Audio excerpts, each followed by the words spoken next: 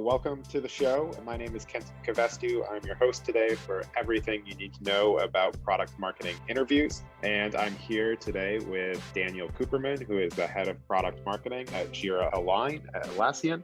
So welcome, Daniel. Thank you for joining the show. Glad to be here. Thank you for having me. Awesome. And maybe we can just start by give us a little bit about your background. How did you get into product marketing? What sort of roles have you been up to? And then we'll jump in and talk about the interviews themselves.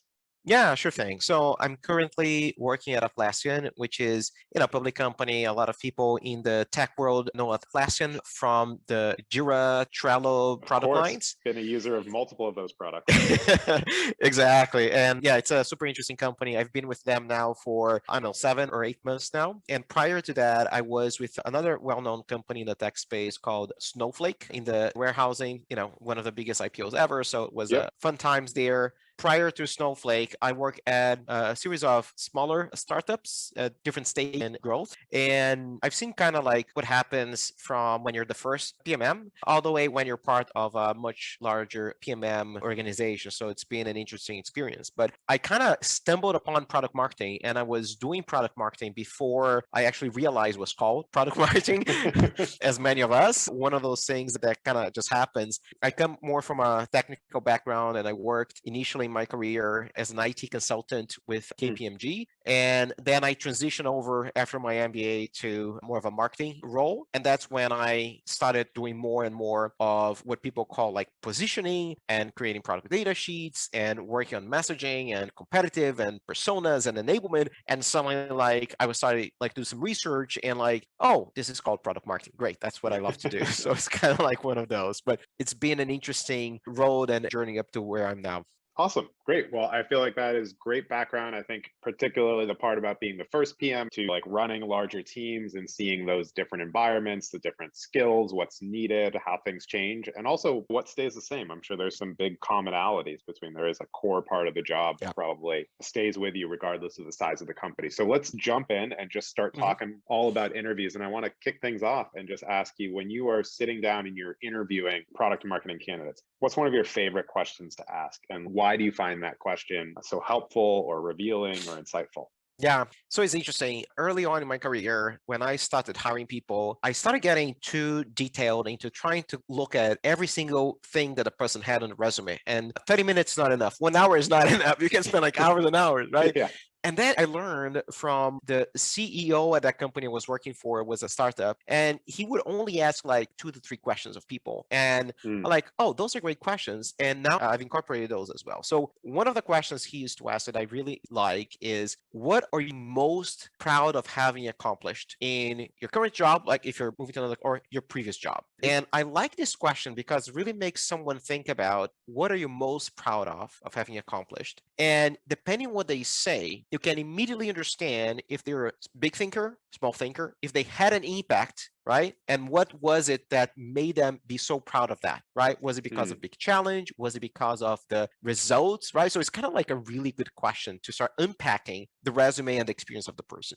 The other question I like is, tell me about like the biggest lesson that you have learned in your previous job. And that's another way of understanding, like, do you learn from your failures? Do you learn from the things you're challenging, right? And trying to understand, like, if they can actually learn. Like, someone who comes at you and says, I know everything, well, it's probably not, not a good fit. And it's interesting, and you laugh, but when you are interviewing, especially people for junior PMM positions, like entry-level jobs, a lot of the candidates I get, they feel like they have to tell you they know everything. Oh, no, I know everything, right? And that's actually something that is not good. Like, you just got to be humble and understand, like, I don't know everything, but I'm willing to learn. This is what I've learned so far, whether on a previous internship, job, I'm still learning, right? And even if you're like coming in and you have years and years of experience, showing that you're still willing to learn, for me, is super important. A couple other questions I typically like to ask people are, one is, what do you think is the most difficult aspect of product marketing? Right? So for some people are going to be like, messaging or enablement or whatever. That also helps me understand, like, is that difficult because they are really struggling with it because they don't have the right experience? Or do they feel like it's difficult because they actually have done it and they really understand what it takes to have that done correctly, right? That can also help unpack a lot of the experience. Then I that's yeah, interesting. another one I like to throw out is, what do you like the most about product marketing? And again, it helps me understand if they are more into, let's say, content creation, if they're more into product launches. So I have it in my mind when I'm hiring someone, I want to put someone in a certain role for a certain need. But if that's not what you like to do, then there might be a mismatch. Yes, you Yep. might be a great fit for some another role, but if I really want to, let's say, focus a lot on competitive analysis, and you like, that's not an area you like to do, Yeah. there's going to be a You're into mismatch. messaging or something. Yeah. Yeah. Exactly. So I like to do that. And my last question is, tell me about a great book you read recently, or what book would you recommend? And it doesn't need to be a business book, doesn't need to be a Yeah. marketing book. But I feel like as product marketers, if we're not reading and understanding like different ways of telling stories, right? Of engaging people. And that's why it doesn't need to be a business book. And it's especially good if it's not a business book. It tells you about the personality. What do they like? Yeah. If someone comes to me like, no, I don't read books, that's a big red flag. Like, you gotta read something, right? That's my pet peeve, is like, if you're not reading a book, it's very difficult for you then to become a really good content creator. Yeah, it's about the learning mindset. And I like the sort of the framing you were mentioning earlier, going back to that very first question about like, what are you most proud of? Like, almost like depending on the selection of items, even if they've got like 3 really impressive things on their resume or whatever, depending on which one they select, it illuminates a lot about what's important to them, or maybe what they like, or how they think about what they're trying to accomplish in their career, et cetera. So I think those type of behavioral questions can be very powerful. I agree. Yeah, for And sure. I'm definitely on the same page with the book one as well. And I think your sort of link to storytelling there is interesting, of like how they think that storytelling is so critical to the role of product marketing. I think that's an interesting, like, hey, if they're not naturally just reading stuff on themselves, like how are they going to be building and sort of honing their own storytelling skills Exactly.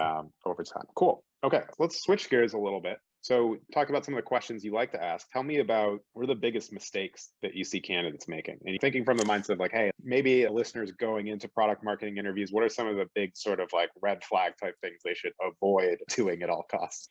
Interesting. Yeah. And I've seen a bunch of those. Take for a moment, right? Like the basic mistakes that no one should ever do, like you're late for the meeting, right? You don't know the name of the Yeah. interview. Like, we're just going to ignore all of those. But Yeah, those are uh, like you've done the it's like, table stakes, right? You right? showed up on Exactly. time. Okay. You'd be It surprised. does happen. It does happen for sure.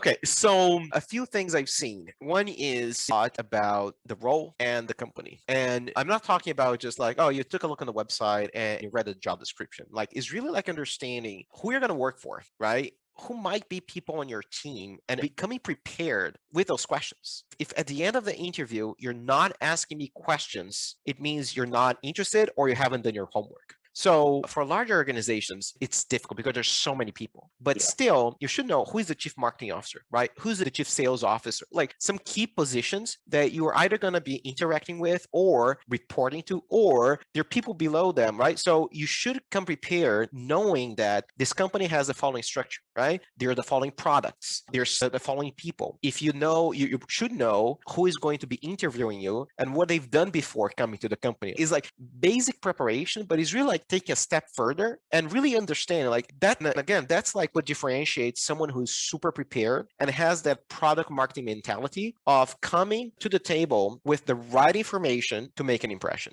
right? That's one core Yeah. thing. Do your Regardless, homework, basically. do your homework and be really prepared. The other problem I've seen sometimes is they're not ready to articulate why are they different. Interesting. Tell me more about that. So when I'm interviewing and when other people are interviewing, sometimes you have multiple interviews on the same day.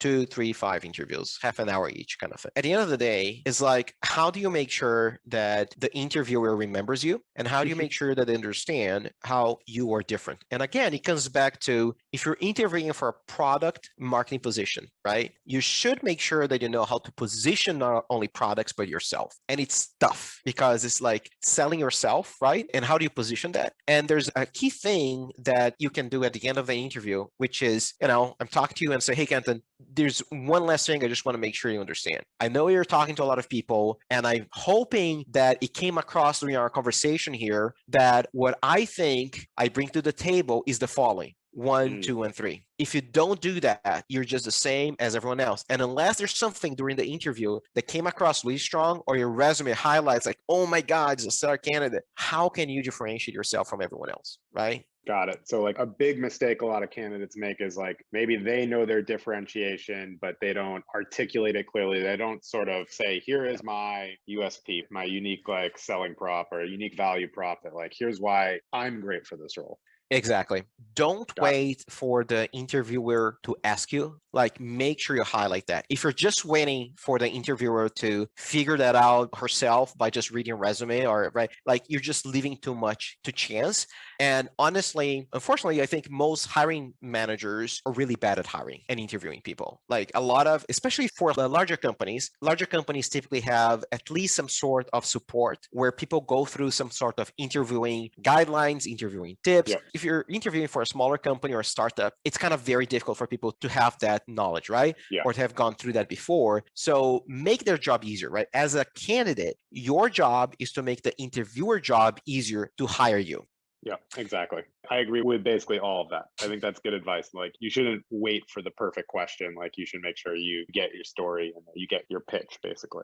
Exactly. I think the last mistake I'll leave you with is candidates who cannot be concise and to the point. And that happens in a couple of situations I've seen. Sometimes you're asking someone a question and let's say you're not sure what to answer, or you don't think you have a good answer, or you don't know the answer, right? Instead of just saying, that's a good question, I'm not sure I have a good answer for you. Or that's a good question, I'm going to have to come back to you, right? Or I wish I have had an answer to this, but I just haven't had an experience that exemplifies what you're asking me. Like, just be honest, right? But if you're trying now to, well, let me see this and that, and like 2 minutes into the answer, you haven't answered the question, it's a big red flag. People are starting like to have mental notes about this person doesn't know, they can't be concise. And again, like if you're interviewing for product marketing, communication is a key aspect of the job. And you need to be able to answer directly, concisely, and to the point. And if you can't do that, that's why preparation is really key, right? Yeah. Go through that motion in your head with a friend and just be concise. If you feel yourself rambling, stop yourself and say, okay, I'm sorry, right? I think I'm going on and on and on. Let me just go back and answer your question. It's fine because that's better than just going on and on. Like if you catch yourself doing it, just tell the interviewer like, oh, I realize I'm doing that, because that tells me you're self-aware, which is great. That's a good tip. Like it is correctable if it happens, if you actually like just say, oh yeah, I'm rambling on, let me summarize, or let me go back to the point, that type of thing. I actually saw a funny anecdote the other day that I think it was, I can't quite remember, but I think it's the CEO of IBM was apparently like at some point in the past giving a speech at some event and was like just rambling on and on and on. His wife was there and apparently it passed a note to him that just said, shut up. And he apparently opened the note, looked at it, put it back down, and didn't even finish the sentence he was saying before he looked at it and said, thank you so much, I'm done. And like got off stage. That's great.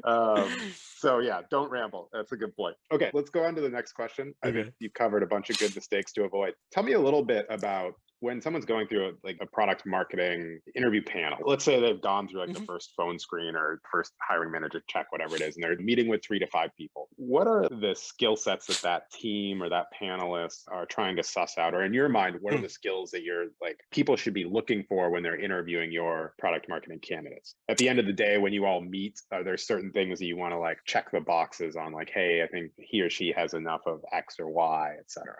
Yeah, that's a really good question. So the obvious one that everyone knows, right, is about culture fit. That's the first thing that we typically talk about is like, is a good culture fit like within the company overall and our specific team, right? Every team has their own ways of working, the way they're thinking and the dynamics and everything, which yes, represent the broader company culture and values, but each team is its own like microcosm. And is that person going to gel with the rest of the team? Now, if you take that, which is the basics, then we typically talk about attitude. Does the person have the right attitude in terms of how they approach problems, how they are reacting to tough question, attitude that we try to suss out and see if we all agree they have the right attitude to do the job. The other part that we typically talk about is willingness to learn, to listen and learn. Because especially when you go into like a panel interview or like what we call sometimes whiteboarding sessions where, hey, here's a situation, walk me through how you do that, right? Or give me a presentation about something. There's a lot of interaction, and on purpose, of course, when we're interviewing, we're going to give you like hardballs and just to see how you're going to react. And we're going to maybe question some answers you're given or some direction, again, just to see how you think on your feet. And then depending on how, if you're willing to listen to the feedback we're giving, correct or discuss and learn from that, right? That's always a good sign. If you're the type of person who's just like, no, my way is the right one, right? Or being taken aback by like, well, what you're saying, that's not a good sign. We want people who are willing to listen, who understand maybe what we're saying, who can think, process that, and they're willing to tell us something of why they agree or disagree with that, right? That willingness to learn and discuss is important. Got it. Yeah, I've heard that last bit you're referring to of like, if you or one of the interviews gives like guidance, like, hey, think about it this way, or what about X if you can't do that? And the person is just, no, it's my way or the highway, that type of thing. Like I've heard other folks talk about this as like coachability. Like if a candidate demonstrates that there's like no way that they would be receptive to coaching and changing how they approach certain issues or challenges, et cetera, that is often a really big red flag. And I've heard that across product marketing interviews, consulting interviews, product management, like you name it. They're pretty much across the board. Yeah. Cool. Tell me a little bit about if you're new to product marketing. Let's say you've heard, hey, product marketing is amazing. It's this great career. Maybe you just learned what it is. Like you were talking about at the beginning, like I was doing this work and then I realized there's like, what tips do you have for an aspiring product marketer, someone that's looking to break in for the first time? Is there things she or he should be doing differently, certain things to prioritize or pay attention to that you would call out? I think the first thing is think big, right? So what I mean by that is there are certain, in product marketing, you're going to be doing very specific tasks and activities. Let's say you're creating a battle card, you're creating a product data sheet, you're creating a slide deck. There is a different levels of operating on that. There is just like, you can just take it, just do it, go on to the next one. Or you can take it, you can understand why we're doing this. Where does it fit in a broader context? What is the impact that that's going to have, right? And start understanding how that fits within the broader strategy, if you will, for that. The moment you start thinking bigger, like beyond that initial task, it's going to not only open up your mindset to how is this fitting with the rest, but it's also going to give you an opportunity to create more impact. And by that, I mean, there's a difference between when you're in product marketing of someone, I'm going to give them a task and they're going to do it, or someone who's going to come back to me with more ideas of how to make that more impactful. And that's when you start differentiating someone who's just, let's say, a entry level or a junior product marketer from someone who is becoming more of a senior product marketer, right? It's almost like, I like sometimes to use a 60% to 80% analogy, which is, can you do all of the work, right? Can you do 60% and then you need some help on that? Can you take it from 0 to 80% and then you need help? Or are you someone who's going to come back to me with not only what I asked, but also additional ideas of why we can make this better? Right? This is for all roles, but for product marketing, because there's such a direct impact on what you do, and are we going to be able to sell this, pitch this, win the deal? It becomes even more important, right? It's all about, there's so many things that are being asked of you, and there's only so much time. So if you can help the team focus on the right things and prioritize that, right? And come back with ideas on why those things are higher priority than what you've been asked or what's on the board, you're going to be seen as someone who is ready to take the next level. Make sense? Got it. Yep. So totally, basically be proactive and sort of like positive increments, like take maybe a smaller tactical task and figure out how to do that well, but then augment it, or like, hey, this could be leveraged here as well, and like duplicate the impact and the same amount of work, that type of stuff. Okay, cool. Makes perfect sense. Awesome. Well, this has been great so far. I've got one sort of final question for you, which is, if you are coming into one of these product marketing interviews, let's say you've avoided the big obvious mistakes we talked about earlier, you've sort of done your homework, so like you're prepared, you're talking to, etc. But still, like there's a million people that want to get into the top tech companies these days, especially into competitive roles like this. Like, what's one, or if you want, two things that you can do to really try and like stand out above the crowd and make yourself that person that gets like the offer call at the end of the day? Yeah, that's a great question. I think there are a couple of things that come to mind, and I've seen that happen. So one is, can you demonstrate what you've done in the past and how that aligns with what the interviewer or the company is asking for? And that can come in many forms, but typically is like, do you have a portfolio ready, a portfolio of work that you can just pull up, right? And say, that's a great question you're just asking me. let me answer the question by showing you what I've done in the past, right? And of course, you can sanitize, right? Take out customer names, that kind of stuff. But showing that you've done that before and walking someone through your thought process to get to that same result, if you were doing that for the company, it just goes like, it has a tremendous impact. And I learned this by not doing it. And someone, I did it wrong. That's how you learn, right? You make mistakes. That's how we all learn, And I was going through a long interview process earlier in my career. And one of the last interviews I had, at the end of the interview, we had a few minutes and he had like, so is there anything else you want to show me or tell me? And like, well, I have a portfolio. Let me just show you. And I was walking him through that. And he was just like, Daniel, you should start with this. Right. You should have shown me this when I asked you about, like, don't wait. Like, and that completely changed how I interviewed. And then I've had people actually doing interviews I've asked to come and do that to me. And like, yeah, that's super powerful because now you're connecting the theory of, tell me about a time or have you done to actually concrete stuff. Right? No better way to earn the trust that you can actually do the job if you can show that you've done it before. One last thing that I'll tell you about that I've also learned is beyond showing what you've done, engage in a conversation. And that means don't just answer the question, but engage in a true conversation to better understand what are you trying to get by asking me this question? Because there's always something in the mind of the interviewer, right? When I ask you, like, tell me if you about editor did this, or tell me when the sales that you prepare, like, why are you asking me this, right? So you can use that as an opportunity to engage in the conversation about what is happening within that person's own reality. Why are they hiring someone for that position? Why is that skill important? So that, again, you can start like showcasing how you're different from the other candidates. Yeah, what's like the question behind the question and trying to like see if you can answer or sort of dig into that as well. That's great. I like both those points. And I think the first one also resonates with me a lot, like show, don't tell. Like it's always more powerful if you can say like, look, like here's how I've done it in the past. Here's what I learned. Super powerful. So I think that's a great note to end on. Daniel, thank you for coming on the show and sharing all your insights related to product marketing interviews. Lots of great tidbits in here that I'm sure a lot of future candidates will benefit from. Thank you for having me. Awesome. Have a good day. You too. This podcast is produced by ShareBird, the peer mentoring platform for product marketers. It is the place to discover on-demand resources to help you with your product marketing. To view past episodes, go to sharebird.com. And if you're preparing for product marketing interviews, check out Rocketblock's product marketing interview prep tools, the best place to practice PMM interview skills and get live coaching to ace your PMM interviews. Visit us at rocketblocks.me.